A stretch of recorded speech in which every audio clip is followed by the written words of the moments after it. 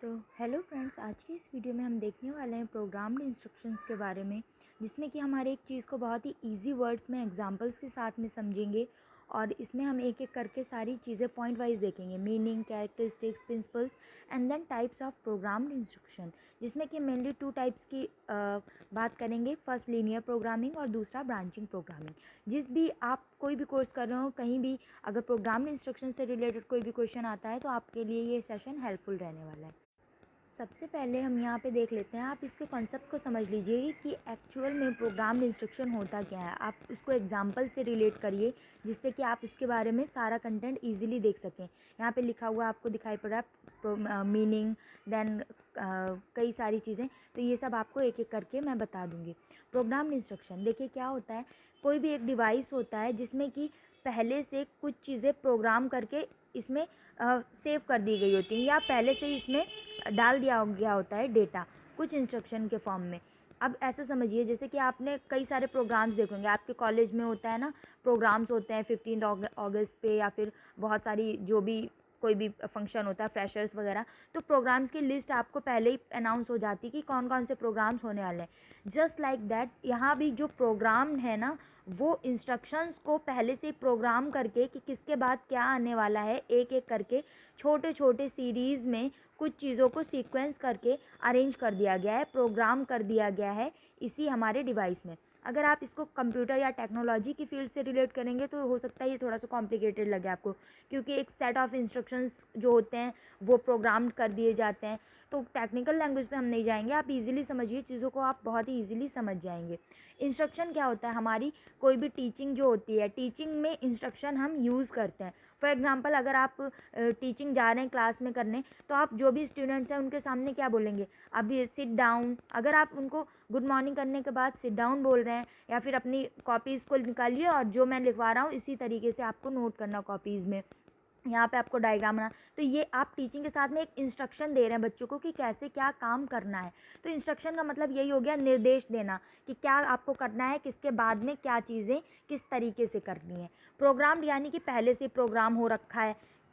Instructions जो भी हैं कि आपको क्या कैसे करना है, ये पहले से ही प्रोग्राम करके एक डिवाइस में सेव है। अब यहाँ पे ज़रूरी नहीं कि एक टीचर की या इंस्ट्रक्टर की बहुत ही ज़्यादा ज़रूरत पड़े। बच्चा कोई भी नहीं भी अगर है टीचर या इंस्ट्रक्टर, तब भी वो सारी चीज़ें उसको इंस्ट्रक्शंस मिल रहे हैं कि आपको कैसे क्या सीखना है।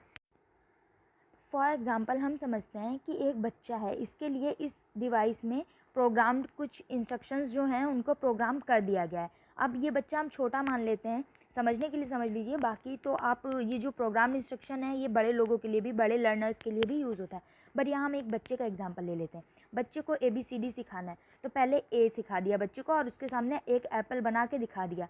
नेक्स्ट फिर इसके बाद क्या हुआ कि एक क्वेश्चन पुट अप कर लिया कि ए बना हुआ है और सामने एक एप्पल बना है और एक ऑरेंज बना दिया, और एक मान लीजिए हमने बॉल बना दी या बैट बना दिया, कुछ भी डायग्राम। तो अब बच्चे से हम एक रिस्पांस मांग रहे हैं कि बताओ, हम नहीं मांग रहे हैं, वो एक्चुअल में ये जो इसमें पहले से ही प्रोग्राम्ड है ना, वही एक सॉफ्टवेयर या एप्लीकेशन जो भी है आपके फ़ोन में, लर्निंग ऐप्स होते हैं। जैसे आप यूट्यूब देख रहे हैं तो यूट्यूब पे तो ये कि वीडियो टाइप की है। अब इसी में आपको मैं कुछ एक तरीके का इसमें एक क्वेश्चंस दे दूं, या कोई एक ऐसा एप्लीकेशन बना दूं कि जिसमें आप एक क्वेश्चन, पहले आप थ्योरी पढ़ेंगे, उसी के बाद उस थ्योरी से रिलेटेड कुछ क्वेश्चंस पूछे जाएंगे, उसके बाद जब आप सीख जाएंगे तो आप फर्दर नेक्स्ट क्वेश्चन सीखेंगे। तो ऐसे ही कुछ प्रोग्राम्ड इंस्ट्रक्शन भी काम करता है। अब बच्चे ने यहाँ पे मान लीजिए कि ए फॉर एप्पल सीख लिया, अब उससे रिस्पॉन्स मांगा जा रहा है, तो बच्चे ने बॉल पे नहीं किया, टच नहीं किया, उसने एप्पल पे टच किया और इसको राइट उसका आंसर हो गया। तो इसके बाद में क्या होगा, अब बच्चा जो है उसका नेक्स्ट जो स्टेप है, यानी कि अब उसको बी सिखाने पे जो प्रोग्राम इंस्ट्रक्शन है वो अपने आप ही मूव हो जाएगा। बी फॉर बॉल अब हम बच्चे को सिखाएंगे। इसके बाद अगर वो बी फॉर बॉल पे भी सही टिक कर देगा नेक्स्ट मैचिंग में, तो फिर क्या होगा, फिर वो सी फॉर कैट के लिए उसको सिखाया जाएगा। तो यही ये स्मॉल स्मॉल छोटे छोटे यूनिट्स में आप बच्चे को कोई चीज़ सिखा रहे हैं जो कि पहले से ही इसमें फिट है। वहाँ पे आप हों या ना हो, यानी कि कोई टीचर है या नहीं है, डजेंट मैटर, वहाँ पे सिर्फ एक डिवाइस है जिसमें कि ये इंस्ट्रक्शंस को प्रोग्राम्ड कर दिया गया ऑलरेडी, और बच्चा उसमें से अपने ही पेस के अकॉर्डिंग धीरे धीरे एक एक करके स्टेप्स को सीखता हुआ चला जा रहा है। तो यही हमारा प्रोग्राम्ड इंस्ट्रक्शन होता है कि इंस्ट्रक्शंस को आपने कहीं भी एक जगह पे प्रोग्राम कर दिया है। अब देखिए हम इसकी थोड़ी सी डेफिनेशन समझ लेते हैं। एक चीज़ मैं आपको यहाँ पे क्लियर कर दूँ, प्रोग्राम्ड इंस्ट्रक्शन के साथ में कहीं कहीं आपको प्रोग्राम लर्निंग भी वर्ड देखने को मिलेगा।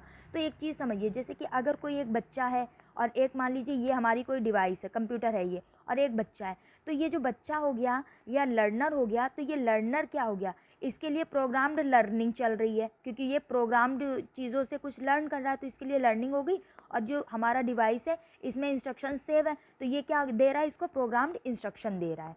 ठीक है, तो आई होप आप समझ गए होंगे प्रोग्राम लर्निंग और इंस्ट्रक्शन में क्या डिफरेंस होता है, छोटा सा ही होता है। अब यहाँ पे हम चीज़ों को एक एक करके समझ लेते हैं। Program learning is that instruction in which learning material is sequenced in a series.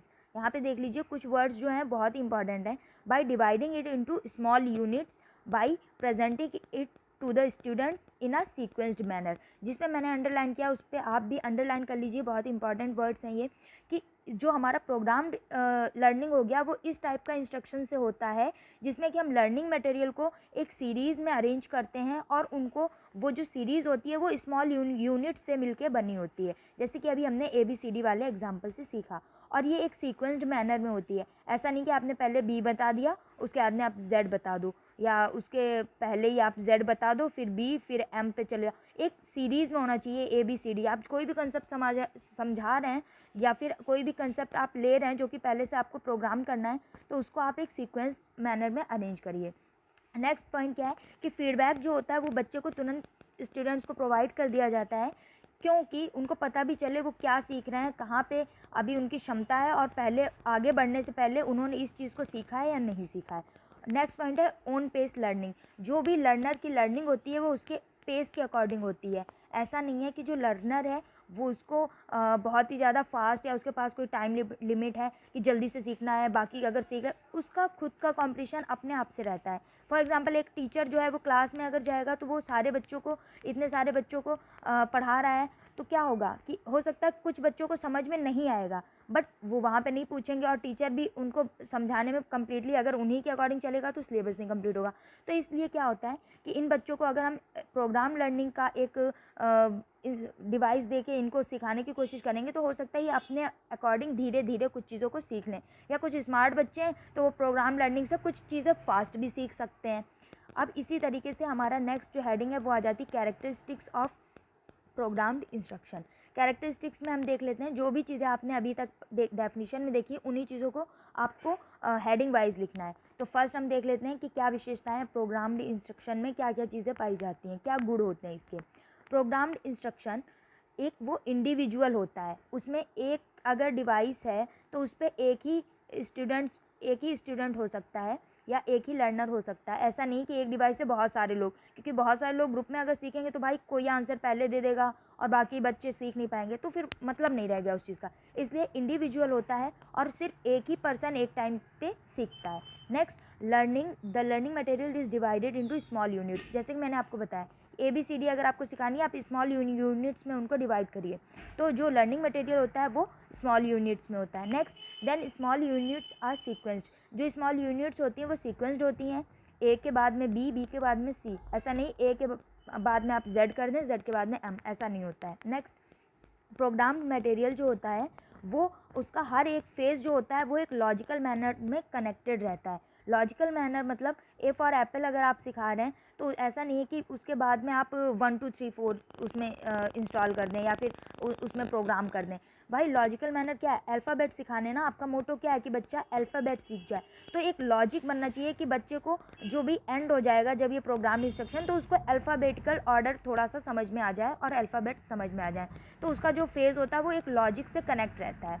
Next, learner has to make active responses. जो लर्नर है उसको एक्टिव रिस्पॉन्सेज देते रहना होगा। ऐसा नहीं है कि एक वीडियो जैसे कि अभी आप देख रहे हैं कि बस वीडियो चलता जा रहा, आप तो मैच्योर हैं, आप समझ रहे हैं, बट छोटे बच्चे जनरली ऐसा नहीं होते। अगर आप उनको बैठ के चीज़ें समझाएंगे ही तो हो सकता है उनका अटेंशन हट जाए। तो इसलिए क्या होता है कि प्रोग्राम्ड इंस्ट्रक्शन जो भी होता है उसमें जो लर्नर है उसको एक्टिव रिस्पॉन्सेज हमेशा देते रहना होता है कि उसने कितना क्या सीखा है। Next, information is immediately provided to students that is right और रॉन्ग। जो भी बच्चों का रिस्पॉन्स है उस पर आप उनको तुरंत पता चल जाता है कि वो सही हैं या फिर गलत हैं। इससे क्या होता है वो तुरंत उनको फीडबैक मिलता है। अगर वो गलत होते हैं तो फिर वो उसी चीज़ को रिपीट करते हैं, और अगर वो सही हैं तो वो एक नेक्स्ट स्टेप पे मूव कर जाते हैं। Next, students get the opportunity to learn at their own pace. ये अभी हम डिस्कस कर चुके हैं कि अपने अकॉर्डिंग वो चीज़ों को सीखते हैं। फास्ट है तो फास्ट लर्नर जल्दी चीज़ों को अपने अकॉर्डिंग सीख लेगा, और स्लो है तो वो स्लो लर्नर धीरे धीरे सीखेगा। बट क्लास में फास्ट और स्लो हम एक टीचर 40 मिनट्स की क्लास में नहीं देख सकता है, वो हर एक चीज़ को एक एक बच्चे को नहीं समझा सकता, इसलिए वहाँ पे क्या होता है, वो टीचर अपने अकॉर्डिंग क्लास चलाता है। बट प्रोग्राम इंस्ट्रक्शन में जो भी स्टूडेंट है, जो लर्नर है, वो अपने अकॉर्डिंग चीज़ें सीखता है। नेक्स्ट क्या है, प्रोग्राम मटेरियल जो होता है वो फुल्ली वेरीफाइड और लाइबल होता है। यानी कि ऐसा नहीं है कि आपने प्रोग्राम इंस्ट्रक्शन कुछ भी किया है, या जो भी मटेरियल है उसमें कुछ भी आप कर दे रहे हैं, कुछ भी बच्चों को प्रोवाइड कर रहे हैं, ऐसा नहीं होता। उसको आप वेरीफाइड और लाइबल कंटेंट जो रहता है वही बच्चों के लिए यूज़ किया जाता है। नेक्स्ट देख लीजिए, हमारी हेडिंग है प्रिंसिपल्स ऑफ प्रोग्राम लर्निंग। यानी कि जो भी प्रोग्राम लर्निंग है उसके क्या प्रिंसिपल्स हैं, हमें क्या क्या चीज़ों को ध्यान में रखना है। प्रिंसिपल यानी कि एक पहला सिद्धांत हमारा आ जाता है स्मॉल फ्रैक्शंस का। जो भी कंटेंट है, इस प्रिंसिपल के अकॉर्डिंग हम क्या सीखते हैं कि जो भी कंटेंट आप दे रहे हैं, जो भी लर्निंग मटेरियल लर्नर को दे रहे हैं, वो स्मॉल फ्रैक्शंस में होना चाहिए। बहुत सारी चीज़ें अगर एक बार में दे देंगे तो हो सकता है जो भी लर्नर है उसको कन्फ्यूज़न हो जाए, इसलिए कोई भी चीज़ है उसको स्मॉल फ्रैक्शंस में लर्नर के सामने प्रेजेंट किया जाता है। नेक्स्ट प्रिंसिपल है प्रिंसिपल ऑफ एक्टिव पार्टिसिपेशन। यानी कि जो भी लर्नर है उसका एक्टिव पार्टिसिपेशन ज़रूर होना चाहिए। विदाउट अगर एक्टिव पार्टिसिपेशन आप प्रोग्राम इंस्ट्रक्शन को कैरी ऑन करना चाह रहे हैं, दैट इज़ नॉट पॉसिबल। तो उसके लिए आपको क्या करना पड़ेगा, एक्टिव रिस्पॉन्स भी उसमें जो लर्नर है उसका इंक्लूड रहता है। नेक्स्ट क्या है, प्रिंसिपल ऑफ इमीडिएट फीडबैक। जो भी फीडबैक है वो हमेशा तुरंत उसमें इंक्लूड होना चाहिए। क्यों? क्योंकि जो फीडबैक है वो तो प्रोग्राम इंस्ट्रक्शन से लर्नर को मिलेगा, तो वो फीडबैक इसलिए इम्पॉर्टेंट है क्योंकि वो राइट या रॉन्ग है उसको पता चल जाए और वो उसी हिसाब से लर्नर जो है वो अपनी लर्निंग को कैरी ऑन कर सके। Next, principle of self pacing. Self pacing यानी अपने पेस के अकॉर्डिंग सीखना, जैसे कि मैंने अभी बताया, slow learner slow, fast learner fast सीखता है। Next, principle of knowledge and progress of student tested. जो भी लर्नर अगर कुछ सीख रहा है, ए फॉर एप्पल सीखा है उसने, तो उसके बाद में उसकी जो प्रोग्रेस है वो उसको टेस्ट भी करना होता है। एप्पल ए बना के एक एप्पल में, या फिर बॉल ऑल बना के जो हम मैच करवा रहे थे ना, इस तरीके से उसकी जो भी नॉलेज या प्रोग्रेस है उसको टेस्ट भी किया जाता है प्रोग्राम इंस्ट्रक्शन में। नेक्स्ट प्रिंसिपल क्या बोलता है, इसका नेक्स्ट सिद्धांत के अकॉर्डिंग है कि प्रिंसिपल का जो भी रिस्पॉन्स है वो मस्ट है। वही चीज़ है एक्टिव पार्टिसिपेशन जो हमने पढ़ा था, लगभग ये उसी से रिलेटेड है कि बच्चे का रिस्पॉन्स भी उसमें इंक्लूड होना चाहिए। नेक्स्ट अब हम देख लेते हैं टाइप्स ऑफ प्रोग्राम्ड इंस्ट्रक्शन। इसमें क्या होता है, लीनियर, इसमें मेनली हम 2 टाइप्स की बात करने वाले हैं। फर्स्ट हमारा यहीं पे लिखा हुआ है लीनियर ब्रांचिंग, और दूसरा अभी हम देखेंगे जो कि हमारा रहता है, ये लीनियर ब्रांचिंग नहीं, यहाँ पे हो जाएगा लीनियर प्रोग्रामिंग। तो आप इसको करेक्ट कर लीजिए, लीनियर प्रोग्रामिंग आप यहाँ पे लिख लीजिएगा। और नेक्स्ट हमारा जो होता है वो होता है ब्रांचिंग प्रोग्रामिंग, है ना। तो यहाँ पे लीनियर प्रोग्रामिंग की बात चल रही है। इसका क्या मतलब, लीनियर मतलब एक लाइन से रिलेटेड, एक सीरीज़ में, एक लाइन में। जैसे कि आप यहाँ देख सकते हैं फ्रेम्स क्या हो गए, जो अभी आपने प्रीवियसली पढ़ा है ना कि जो भी हमारा कंटेंट है उसको हम स्मॉल यूनिट्स में तोड़ देते हैं बच्चे के सामने या लर्नर के सामने रखने के लिए। तो यही जो छोटी छोटी स्मॉल यूनिट्स हैं ना, इसी को हम फ्रेम्स बोल रहे हैं। अब लीनियर जो प्रोग्रामिंग होती है उसमें जो हमारे फ्रेम्स होते हैं वो फर्स्ट सेकंड थर्ड आपको दिखाई पड़ रहे हैं। तो इसमें क्या रहता है, जो भी लर्नर होता है उसका पहले हम प्राइमरी बिहेवियर देखते हैं कि पहले उसको कितना क्या आता था। प्राइमरी बिहेवियर से मतलब है कि अगर हम उससे पूछे A for Apple, A for क्या होता है, तो उसको नहीं पता हो सकता है। तो उसका बिहेवियर क्या है कि अभी उसका कॉग्निटिव जो भी डेवलपमेंट है उस लेवल का नहीं है, मेमोरी उतनी शार्प नहीं है। अब हम लास्ट बिहेवियर कब देखेंगे, जब हम सारे फ्रेम्स को कंप्लीट कर लेंगे, सारी प्रोग्राम्ड इंस्ट्रक्शन हो जाएगी, तो जो बिहेवियर होगा स्टूडेंट का वो लास्ट बिहेवियर कंसिडर किया जाएगा। फर्स्ट फ्रेम यानी कि for example A for Apple, इसको सिखाया और फर्स्ट फ्रेम में ए फॉर एप्पल के बाद में उसकी मैचिंग या जो भी कुछ था उसका एक टेस्ट लेके फिर देख लिया कि बच्चा सीख रहा है या नहीं सीख रहा, फिर हमने उसको फर्दर नेक्स्ट स्टेप पे मूव कर दिया। नेक्स्ट स्टेप में जब उसने सीख लिया बी फॉर बॉल, तो उसको थर्ड स्टेप पे मूव कर दिया। इसी तरीके से वो एक एक करके चीज़ों को सीखता जाएगा। अगर नहीं भी सीख रहा है तो इसमें क्या होता है, मान लीजिए उसने अगर गलत रिस्पॉन्स किया तो हो सकता है उसको यहीं पे बता दिया जाए कि आपका रिस्पॉन्स गलत है, या नहीं भी बताया जाए फिर भी उसको हम आगे मूव कर देंगे। ये मेनली आपको डिफरेंस देखने को मिलेगा लीनियर प्रोग्रामिंग में और ब्रांचिंग प्रोग्रामिंग में, कि इसमें कोई भी फीडबैक ज़रूरी नहीं है कि दिया ही जाए, या फिर बच्चे की प्रोग्रेस को इतना ज़्यादा माइंड करने के लिए उसको बार बार रिटर्न किया जाए कि आप फिर सीख के आओ फिर सीख। ये हमारा लीनियर में नहीं होता। लीनियर में बस सिंपली जो लर्नर है वो आगे एक के बाद एक स्टेप पे मूव करता रहता है।